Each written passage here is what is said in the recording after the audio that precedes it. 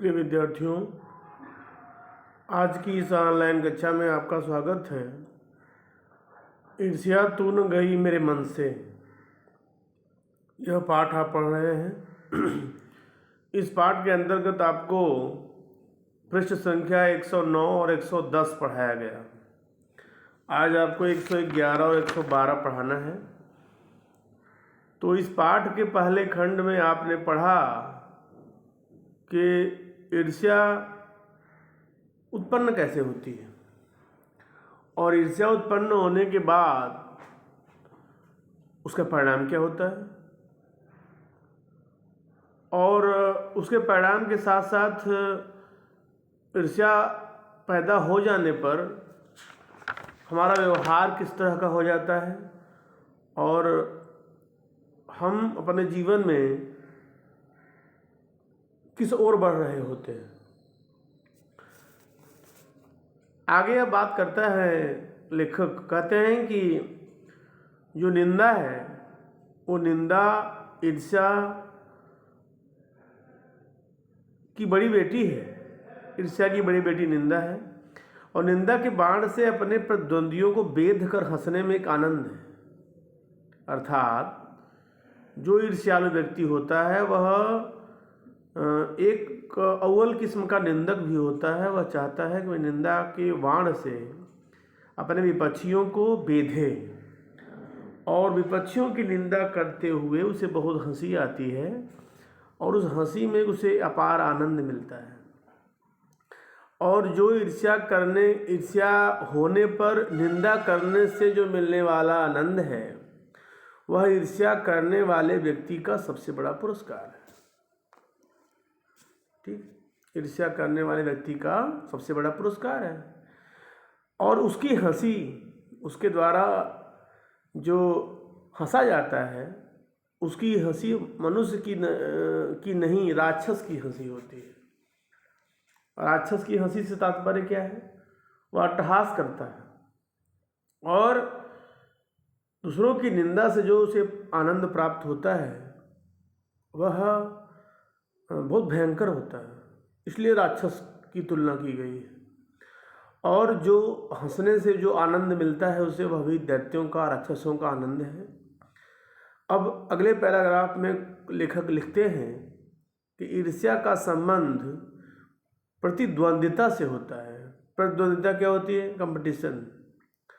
ईर्ष्या हम तभी करते हैं जब हमारे अंदर कंपटीशन होता है, प्रतिस्पर्धा होती है। प्रतिस्पर्धा कैसे होती है? एक दूसरे से आगे निकलने की होड़, एक दूसरे से आगे निकलने की जो होड़ होती है वही प्रतिद्वंदिता होती है। क्योंकि भिखमंगा करोड़पति से ईर्ष्या नहीं करता। भीख मांगने वाला व्यक्ति कभी भी लखपति, करोड़पति और अरबपति से ईर्ष्या नहीं करेगा। ईर्ष्या जब भी होती है तब समतुल्य लोगों में होती है। समान पद प्रतिष्ठा, समान पैसा रुपया धन संपत्ति वालों में ईर्ष्या होती है। बहुत ज़्यादा अंतर ईर्ष्या में नहीं होता। अमीर गरीब से ईर्ष्या नहीं कर सकता, ना गरीब अमीर से ईर्ष्या करेगा, क्योंकि वहाँ कोई तुलना ही नहीं है। यह एक ऐसी बात है जो ईर्ष्या के पक्ष में भी पड़ सकती है। क्या कि प्रतिद्वंदिता से मनुष्य का विकास होता है। कंपटीशन न हो तो इंसान कभी आगे नहीं बढ़ना चाहेगा। यह बात ईर्ष्या करने के पक्ष में आती है। इससे सिद्ध होता है कि ईर्ष्या कुछ हद तक करना ठीक भी है, किंतु लेकिन यदि आप संसार व्यापी का मतलब हुआ संसार भर में फैला हुआ, व्याप्त से व्यापी बना, व्याप्त मतलब फैला हुआ, पसरा हुआ, संसार व्यापी सुयश चाहते हैं। सुयश मतलब सु मतलब सुंदर, यश मतलब यश, प्रतिष्ठा, सम्मान। यदि आप कीर्ति चाहते हैं, यश चाहते हैं, प्रतिष्ठा चाहते हैं, सम्मान चाहते हैं और संसार भर में व्याप्त सम्मान चाहते हैं तो आप क्या करें? रसेल के मतानुसार, रसेल बहुत बड़ा दार्शनिक था, रसेल आर्नल्ड। तो रसेल कहता है कि आप रसेल के मतानुसार शायद नेपोलियन से स्पर्धा करेंगे। यदि आप चाहते हैं कि संसार भर में मेरा नाम हो, मेरी प्रतिष्ठा हो, तो आपको नेपोलियन बोनापार्ट, जो बहुत बड़ा योद्धा था, उससे आपको ईर्ष्या होगी। स्पर्धा, प्रतियोगिता, ठीक है, क्यों होगी? क्योंकि नेपोलियन भी यही चाहता था कि उसका विश्व भर में उसकी कीर्ति फैले, उसका यश फैले। मगर याद रखिए, नेपोलियन भी सीजर से स्पर्धा करता था। सीजर भी बहुत बड़ा योद्धा था, वो तो नामी गिरामी योद्धा था, उसका भी नाम विश्व भर में प्रसिद्ध है। जूलियस सीजर, बहुत बड़ा ड्रामा लिखा गया इंग्लिश लिटरेचर में। तो नेपोलियन को सीजर से ईर्ष्या थी, वह उससे स्पर्धा करता था। सीजर जो था वो सिकंदर, आप पढ़े ही हैं, सिकंदर से ईर्ष्या करता था। सिकंदर विश्वविजयी सिकंदर, महान सिकंदर से ईर्ष्या करता था।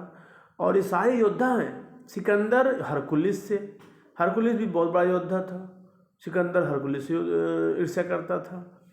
और हरकुलिस के बारे में इतिहासकार कहते हैं वह इतना महान योद्धा था कि उसे देखकर लगता था कि वह कभी पैदा ही नहीं हुआ है, इतना महान योद्धा था।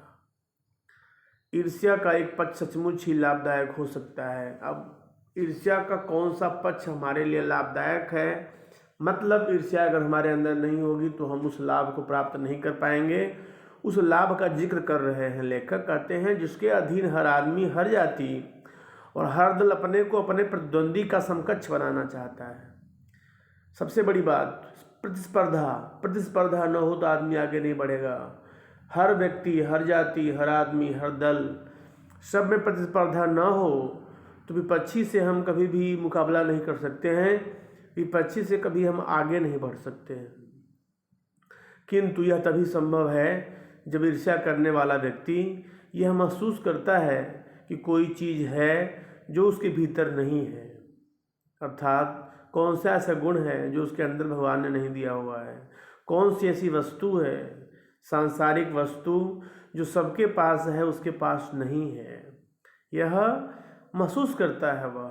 लेकिन वह यह समझने में नाकाम रहता है, वह समझने में मतलब सफल नहीं हो पाता कि इस अमुक वस्तु जो हमारे पास नहीं है उसे कैसे पाया जा सकता है। और गुस्से में आकर वह अपने किसी पड़ोसी, मित्र या समकालीन व्यक्ति को अपने से श्रेष्ठ मानकर उससे जलने लगता है। और जब वह उस वस्तु के अभाव में परेशान रहने लगता है और वह वस्तु उसे नहीं प्राप्त हो पाती है तो वह अपने पड़ोसी मित्र से, अपने समकालीन व्यक्ति को से अपने से उसे श्रेष्ठ मानने लगता है। यह भूल है उसकी। वह समझता है कि यह व्यक्ति मुझसे श्रेष्ठ है क्योंकि अमुक गुण इसके अंदर है, मेरे अंदर नहीं है, अमुक जो विशेषता है इसके अंदर है, मेरे अंदर नहीं है। इस तरह से कहीं ना कहीं यह मुझसे श्रेष्ठ है, ऐसा मान करके जलने लगता है। जबकि वे लोग भी अपने आप से शायद ही वैसे ही असंतुष्ट हों, जबकि शायद जिससे जलता है वह, जिससे जलता है वह व्यक्ति भी शायद किसी और से जलता हो, या वह व्यक्ति शायद अपने आप से असंतुष्ट हो, अपनी परिस्थितियों से असंतुष्ट हो, अपने धन संपत्ति से असंतुष्ट हो, अपनी विद्वता, अपने गुणों से असंतुष्ट हो। ठीक है, आपने यह देखा भी होगा, शरीफ लोग अक्सर यह सोचते हुए अपना सिर खुजलाया करते हैं, फला आदमी मुझसे क्यों जलता है, हैरान होते हैं। शरीफ लोगों को हैरानी होती है, सज्जन लोगों को परेशानी होती है, आश्चर्य होता है कि आखिर सिर खुजलाना मतलब विचार करना कि आखिर ये फला आदमी जलता क्यों है मुझसे, क्या बिगाड़ा है मैंने इसका कि ये मुझसे जलता है।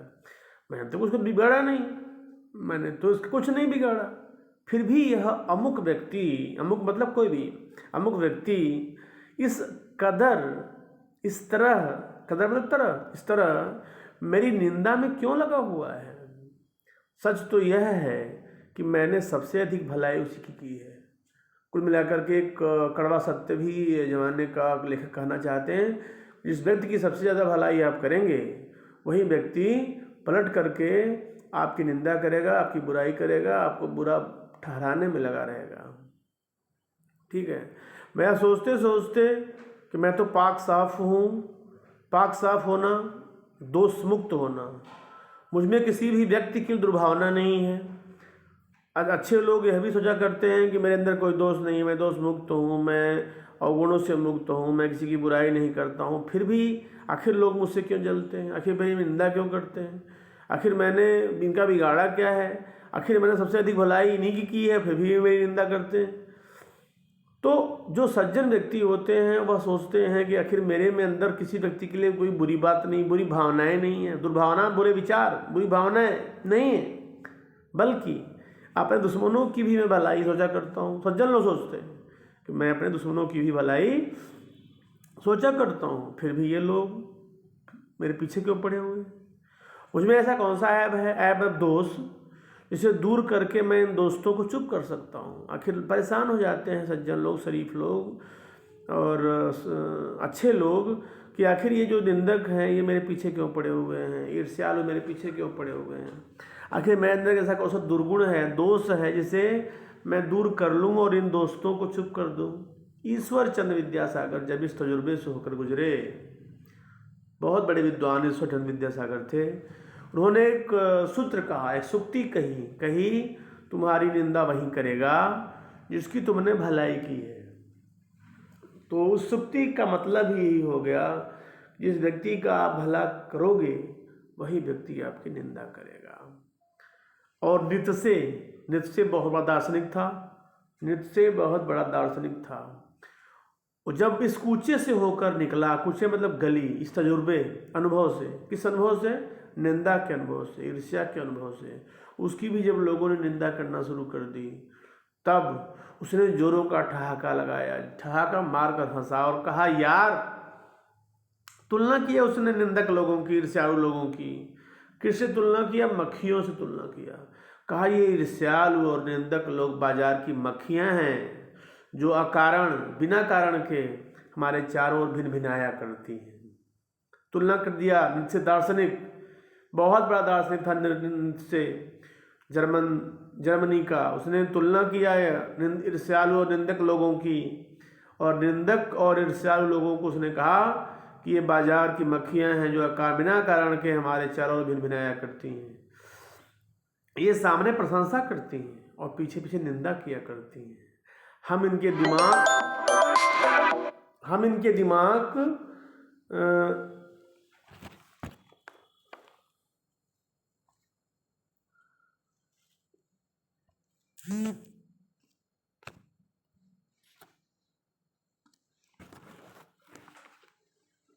दिमाग में बैठे हुए हैं।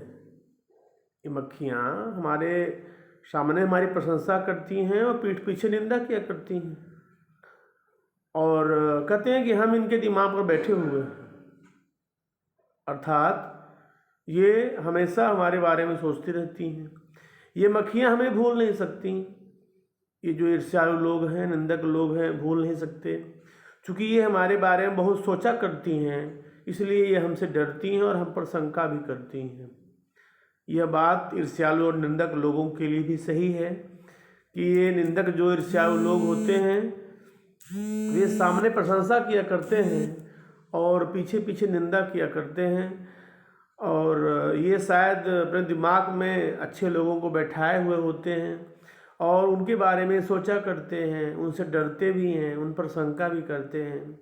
कहते हैं ये मक्खियाँ हमें सजा देती हैं हमारे गुणों के लिए। मक्खियाँ तुलना में ईर्ष्यालु लोग, निंदक लोग, तो ये निंदक लोग हों या ईर्ष्यालु लोग हों, ये कहते हैं हमें सजा देती हैं। सजा देना अर्थात पनिशमेंट, ठीक है, हमारे गुणों के लिए। जो हमारे अंदर गुण हैं, ये मक्खियाँ हमें उन गुणों के लिए दंड देती हैं, ठीक है।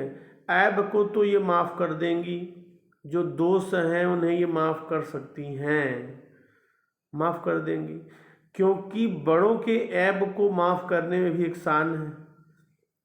जो अपने से बड़े लोग हैं उनके ऐब को माफ़ करने में भी एक शान है, एक शान शौकत है, ठीक है। जिस शान का स्वाद लेने को मक्खियाँ तरस रही हैं। कहती हैं कि जो बड़े लोग होते हैं उनके दोष को माफ़ करने में भी एक शान है, घमंड है, गर्व है, और शायद इस गर्व का स्वाद लेने को ये मक्खियाँ तरस रही हैं। इस गर्व का स्वाद लेने को ये मक्खियाँ तरस रही हैं। जिनका चरित्र उन्नत है, जिनका चरित्र उन्नत है, उन्नत मतलब ऊंचा है, जिनका हृदय निर्मल है, मल से रहित है और विशाल है, वे कहते हैं इन विचारों की बातों से क्या चिढ़ना, ये तो खुद ही छोटे हैं। कुल मिलाकर के जो ईर्ष्यालु लोग हैं और जो निंदा करने वाले लोग हैं, लेखक कहते हैं कि जो लोग उन्नत चरित्र वाले हैं, उत्तम चरित्र वाले हैं, जिनका हृदय निर्मल है, मल रहित है और बड़ा है, वे कहते हैं कि ऐसे निंदक और ईर्ष्यालु लोगों की बातों से क्या चिढ़ना नहीं चाहिए, इन्हें निंदा करने दीजिए, उनको ईर्ष्या करने दीजिए, ये तो खुद ही छोटे हैं। छोटे ना होते तो निंदा क्यों करते, ईर्ष्या क्यों करते। तो निंदा करने में भी उनका कहीं ना कहीं छोटापन है, मगर जिनका दिल छोटा है और दृष्टि संकीर्ण है, वे मानते हैं कि जितनी भी बड़ी हस्तियां हैं उनकी निंदा ही ठीक है। मगर जो लोग छोटे दिल के हैं, छोटी सोच वाले हैं, संकुचित सोच वाले हैं, तंग सोच वाले हैं, वे यह मानते हैं जितने भी बड़े लोग हैं उनकी निंदा ही करना ठीक है। और जब हम इनके प्रति उदारता या भलमनसाहत का बर्ताव करते हैं, ऐसे ईर्ष्यालु लोग, ऐसे निंदक लोग जिनके प्रति हम उदार रहते हैं, भलमनसाहत मतलब अच्छा व्यवहार करते हैं, ऐसे लोग तब यह समझते हैं कि अच्छे लोग या सज्जन लोग, शरीफ लोग उनसे घृणा कर रहे हैं। और हम चाहें, सज्जन लोगों के लिए कहता है कि वे चाहे जितना भी ऐसे ईर्ष्यालु लोगों का उपकार करें, वे निंदक लोगों का चाहे जितना भी भलाई कर लें, लेकिन बदले में उन्हें हमेशा अपकार मिलेगा। अपकार मतलब होता है बुराई, ठीक है, बुराई ही मिलेगी, निंदा ही मिलेगी। दरअसल हम जो उनकी निंदा का जवाब नहीं देकर चुप्पी साधे रहते हैं, इसे भी वे हमारा अहंकार समझते हैं। निंदा करने वाले लोग जितनी भी निंदा क्यों न कर लें, यदि आप उनकी निंदा का जवाब नहीं देंगे, चुपचाप रहेंगे, तो उन्हें लगेगा कि यह व्यक्ति बहुत अहंकारी है जो हमारी निंदा का जवाब नहीं दे रहा है। खुशी तो तब उन्हें तभी हो सकती है जब हम उन्हीं की तरह, उनके धरातल पर उतरना मतलब उन्हीं की तरह निंदा करना, उन्हीं की तरह ईर्ष्या करना, ऐसा करना शुरू कर देंगे और उनके छोटेपन के भागीदार बन जाएं। जिस तरह वे छोटेपन के जीवन जी रहे हैं, उस तरह आप भी छोटे बन के जिंदा रहना शुरू कर दीजिए। तो वे ये सोचते हैं कि अब वह भागीदार बन गए हैं छोटेपन के, अब सही। सारे अनुभवों को निचोड़कर नीत्शे ने जो अनुभव इस क्षेत्र के मिले उसे, ईर्ष्या और निंदा के, उनको निचोड़ करके, उनको समराइज करके उसने एक और सूक्ति कही। उसने कहा, आदमी में जो गुण महान समझे जाते हैं उन्हीं के चलते लोग उनसे जलते भी हैं। आदमी में, व्यक्ति में, मनुष्य में जो भी गुण महान समझे जाते हैं, जो भी गुण अच्छे समझे जाते हैं, लोग उन्हीं से जलते हैं, उन गुणों से जलते हैं। आखिर ये अच्छे गुण इस आदमी में हैं क्यों, ठीक है। अब वे गुण जो हैं ईर्ष्यालु लोगों के लिए, निंदक लोगों के लिए जलन का कारण बन जाते हैं, ईर्ष्या का कारण बन जाते हैं। तो अंत में कवि ऐसे लोगों से बचने की उपाय ही बताता है, ईर्ष्या से बचने का उपाय बताता है, ईर्ष्यालु लोगों से बचने का उपाय बताता है, निंदा से बचने का उपाय बताता है, निंदा करने वाले लोगों से बचने का उपाय बताता है। ईर्ष्यालु लोगों से बचने का उपाय बताता है, कहता है कि नीत्शे कहता है दार्शनिक कि क्या उपाय है ऐसे लोगों से बचने का, तो कहता है बाजार की मक्खियों को छोड़कर एकांत में भागो। बहुत सुंदर बात कहता है, कहता है बाजार की मक्खियों को, ऐसे निंदक लोगों को, ऐसे ईर्ष्यालु लोगों को त्याग दीजिए, ऐसे ईर्ष्यालु और निंदक लोगों को त्याग दीजिए और उन्हें त्याग करके जहाँ कोई न हो या उनसे दूर, एकांत में भागने मतलब है उनसे दूर चले जाइए।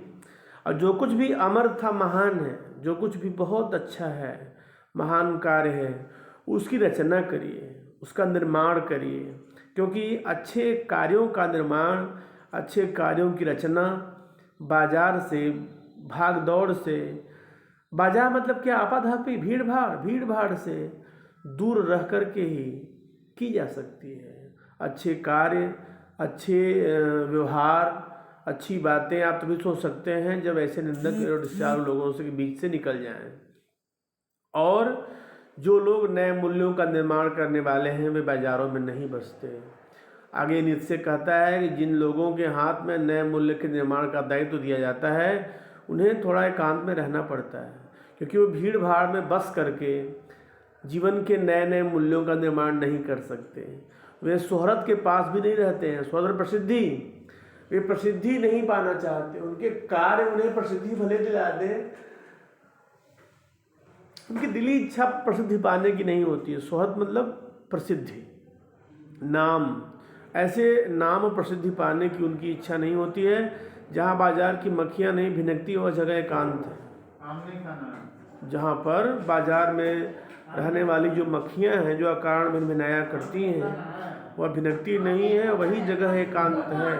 वही जगह एकांत है मतलब जहाँ अच्छे लोग बसते हैं, जहाँ अच्छे लोग रहते हैं, और जो एकांत जगह होती है वहाँ बाजार की मक्खियाँ पहुँच ही नहीं पाएंगी। यह तो हुआ ईर्ष्यालु लोगों से बचने का उपाय। ईर्ष्या करने वाले लोगों से बचने का उपाय यही है कि आप उनसे दूर चले जाइए। किंतु लेकिन ईर्ष्या से आदमी कैसे बच सकता है? अब तक तो बोले कि ईर्ष्यालु लोगों से कैसे बचेंगे, अब कहते हैं कि ईर्ष्यालु लोगों से बचने का उपाय है कि उनसे दूर चले जाइए। लेकिन ईर्ष्या से कैसे बचेंगे आप? तो ईर्ष्या से बचने का उपाय है मानसिक अनुशासन। यदि आप मेंटली डिसिप्लिन रहेंगे, यदि आप मानसिक संयम से काम लेंगे, धैर्य से काम लेंगे, सहनशीलता से काम लेंगे, तो आप ईर्ष्या से बच सकते हैं। जो व्यक्ति ईर्ष्यालु स्वभाव का है उसे फालतू बातों के बारे में सोचने की आदत छोड़ देनी चाहिए।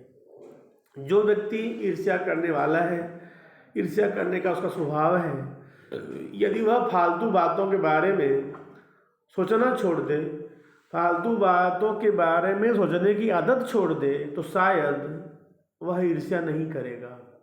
उसे यह भी पता लगाना चाहिए कि जिस अभाव के कारण, जिस कमी के कारण, जिस मुश्किल के कारण वह ईर्ष्यालु बन गया है उसे कैसे पाया जा सकता है। उसको पाने का जो रचनात्मक तरीका है वो क्या है? रचनात्मक तरीका जो होता है क्रिएटिव आइडिया होता है, इनोवेटिव आइडिया ही होता है। तो ऐसी चीज़ों को पाने का तरीका ढूंढे, ऐसी चीज़ों को पाने का प्रयास करे जिसकी वजह से वह ईर्ष्यालु बन गया है। जिस दिन उसके भीतर यह जिज्ञासा जागेगी, जिज्ञासा जानने की इच्छा, कौन सी जिज्ञासा जानेगी, उसी दिन से वह ईर्ष्या करना कम कर देगा। कौन सी जिज्ञासा जागेगी कि जिस अभाव के कारण मैं ईर्ष्यालु बन गया हूँ उसे पाने का तरीका क्या है, उसे पाने का रास्ता क्या है, उसे पाने की विधि क्या है, जिस विधि से उसे पाया जा सकता है। और जैसे ही वह आपको मिल गया तो वह व्यक्ति आपसे ईर्ष्या करना बंद कर देगा, आपसे ईर्ष्या करना समाप्त कर देगा। कुल मिलाकर के रामधारी सिंह दिनकर जी के द्वारा लिखा हुआ यह निबंध बहुत ही सार्थक और सफल निबंध है। इस पाठ के माध्यम से आपने यह सीखा कि ईर्ष्या से हम कैसे बच सकते हैं, ईर्ष्यालु लोगों से कैसे बच सकते हैं, ईर्ष्या का संबंध कैसे लोगों से होता है, ईर्ष्या किनसे की जाती है, ईर्ष्या का लाभदायक पक्ष क्या हो सकता है, ईर्ष्या कैसे पैदा होती है, किन कारणों से पैदा होती है, किस तरह ये हमारे ऊपर हावी होती है, हावी होने पर क्या परिणाम होता है। हम अपने सुख से सुखी नहीं रहते, दूसरों के सुख से दुखी रहते हैं। हम अपने ईर्ष्या पैदा हो जाने पर हम अपने सुख से सुखी नहीं रहते, दूसरों के सुख से दुखी रहने लगते हैं। इस तरह से ईर्ष्या के बारे में विस्तृत बातें बताई लेखक ने। अब आप कुछ इनके इस पाठ के बारे में और जानने का प्रयास करें और इसके पश्चात आप रामधारी सिंह दिनकर जी के बारे में कुछ बातें जानें। जन्म हुआ 23 सितंबर 1908 को और मृत्यु हुई 24 अप्रैल 1974 को। व्यवसाय कवि लेखक थे, आधुनिक काल में पैदा हुए, गद्य पद्य लिखा इन्होंने, कविता, अखंड काव्य, निबंध, समीक्षा, साहित्यिक आंदोलन, राष्ट्रवाद, प्रगतिवाद, ठीक है, उल्लेखनीय कार्य, कुरुक्षेत्र, रश्मिरथी, उर्वशी, अध्याय, परशुराम की प्रतीक्षा, हाहाकार, सम्मान, उन्हें साहित्य अकादमी पुरस्कार मिला, पद्म भूषण पुरस्कार मिला, ज्ञानपीठ पुरस्कार मिला। विलोम शब्द जो प्रयोग किए गए हैं इस पाठ में: वरदान का अभिशाप, पक्ष विपक्ष, दोष निर्दोष, चरित्र दुष्चरित्र, उन्नति अवनति, हानि लाभ, कर्तव्य का अधिकार, निंदा का प्रशंसा, अनायास सायास, रिक्त का पूर्ण, ह्रास का बढ़ोत्तरी, निर्मल का मल, दैत्य का देव, सुयश अपयश, दुर्भावना भावना, उपकार अपकार। उपसर्ग प्रत्यय के अंतर्गत दरअसल में दर धन असल है, प्रक्रिया प्रधन क्रिया, निर्मल निर्धनमल, अनुशासन अनुधनुशासन, सुयश सुधनयश, प्रत्यय मानसिक मास धनिक, मौलिक मूल धनिक, मानसिक में मानस धनिक। एक गद्यांश दिया हुआ है, उस पर आधारित प्रश्न दिए हुए हैं। इन प्रश्नों के उत्तर आप लिख करके मुझे अविलंब भेजें। आज का यही गृह कार्य है। इस गद्यांश पर आधारित प्रश्न जो दिए गए हैं उनके उत्तर आप गद्यांश से छांट करके लिख करके मुझे भेजिए। यही आज का गृह कार्य है। धन्यवाद।